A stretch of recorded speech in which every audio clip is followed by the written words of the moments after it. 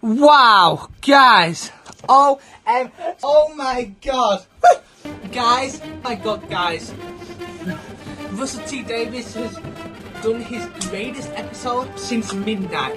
Midnight is his masterpiece of an episode, but 73 yards comes close. This is one of the best Doctor Who episodes in years. Sudigat was the best episode so far, without a shadow of a doubt. Ruby Road, fun Christmas special. Space Babies, kind of a dud. Didn't really care for the concept. Absolutely adored The Devil's Chord, but it had flaws in it. Boom was a really incredible, deep Stephen Moffat episode. This episode, like last week's episode Boom, explores political themes such as scary nuclear threat. It has commentary on the war about Ukraine and Russia. And I know people are going to be complaining about this. Not that they have any merit, these stupid people. They can't enjoy Doctor Who. It's well written, but they're going to be like, oh, this week's political theme about Doctor Who. Yeah, it's a political theme, but it works for the story and it's fantastic. This is one of the best Doctor Who episodes in a long time. I'm not going to go out and say it's a 9 out of 10 episode. Obviously, I need to watch it about 3 or 4 times, really analyse it. But it's a really great one. Don't know about the ending. I'm still wrapping my head around it. It was actually Ruby all along. Oh, by the way, do not watch this review if you haven't seen the episode. Spoiler. I love episodes that subvert your expectation in Doctor Who and keep going into the absolutely places you don't think the story's going to go. And this is what this episode does. Atmosphere and eeriness of the first 20 minutes. It's like 3 Doctor Who episodes in one. You have the final element of Ruby 40 years in the future when she's an old lady. You have the whole element with Unit and the old lady following them. This episode takes inspiration from the really good horror film It Follows. It has such a unique position, this episode, because I don't think there's anything quite like it in Doctor Who history. There's a few things. It reminded me of Terror of the Autons and definitely Hyde from Series 7. It also really gave me just chills watching it, like the lady gave the characters themselves. It was amazing. What this episode does, it ties everything together. The whole Russell T Davies era so far has been tied together in this episode. The old lady who broke the fourth wall in the Church of Ruby Road, she's in this. You see Ruby's mother in this. You see Unit in this. They tie everything together. A really good episode for the Whoniverse. They're building this, this massive universe where it's going to be spin-offs and everything. This is the best episode for. The Doctor's barely in this episode. The Doctor's in it like maybe 2-3 minutes total of screen time. Fantastic. Millie Gibson, especially for a young performer, she's so amazing. Her performance is outstanding. The short time the Doctor's in it, I like his yellow coat he has. I love Unit, Ruby's mother. They all run away from the old lady who turns out to be Ruby. So what did Ruby say to the people for them to run off?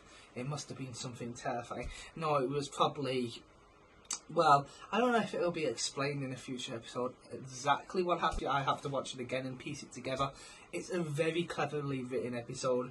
One of us gave his best scripts in a long time, especially of this era. I love that the Doctor's missing, and when it goes to 40 years later at the end, oh my god, all the TARDIS is covered in moss and greenery. It's absolutely insane. So obviously a lot happens in this episode. You have this politician who runs off, which is funny. I love on the football pitch when Ruby Sunday walks 73 yards, and then this friend she makes on the system, when they're talking about how much of a monster he is, they go back. It's crazy. There could have been a nuclear winter. I thought the politician was going to win, and it was going to go into this direction of, a nuclear future, kind of like they did in The Devil's Chord. No, it didn't go in that direction. Again, subverting expectations.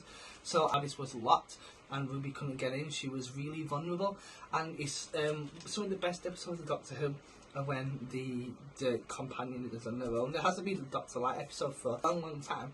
Obviously there's Doctor Light episodes and then there's Doctor Heavy episodes like Heaven Sent, where it's just the Doctor essentially. The old tree lady is really creepy. Find out it's actually Ruby at the end. Kind of like a time paradox sort of thing. I love how they delved into witchcraft. Obviously she breaks the cotton, the circle. I love episodes of mystery. There's a lot to be explained in this. I've just watched this on the BBC iPlayer because it's just come out at 12 o'clock and I'm still wrapping my head around, but it was an incredible ride. I love how it just kept building and building and building. Please go check out my other reviews and subscribe for more, because I'm really determined to create a Doctor Who section on my channel. And I really enjoy it. I'm really impressed with the new series. The acting, the writing, the pacing, it was all great. This episode, it seems to be getting better and better. Again, the only episode I wasn't a fan of was Space Babies. Again, that's when she was old and saying, I used to make it snow. And of course the carer was like, oh, that's nice. Find out who Ruby Sunday's parents are. I think, I've seen a lot of things online and it's probably going to be the Trickster. I think it's going to be something to do with the Time Lords, personally. I'm not sure. Also, do you like my hair? But yeah, I really like it's shot really nice. What's up in the dark when Ruby's trying to get into her mother's room, and it's shot in a very artistic way. Has like this filter with snow on it. I think they did that in the Church of Ruby Road. I might be wrong. I just, the performances were incredible. I love how the TARDIS looks in this. But yeah, I do have some notes. I feel like I've seen this old lady before when she meets the old lady from the last episode, Boom, where she says sharp scratch, the evil AI. Yeah, she's a recurring character. She's been in every episode of the She Get That Either. Correct me if I'm wrong. So, Millie Gibson's character Ruby recognised her and the people who ran off. So that was interesting. I like the characters in the pub. I think it was like a paradoxical episode, very much like Turn Left. Everybody, there was this legend of, Mad Jack, and then the Mad Jack legend turns out to be the politician, which I thought was very clever. It was very creepy. I liked the funny old lady in the pub. She was pretty funny.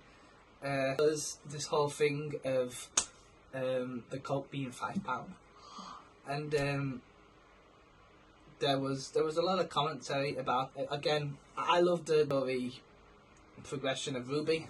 So Ruby Sunday wants to pay on her phone, which she does.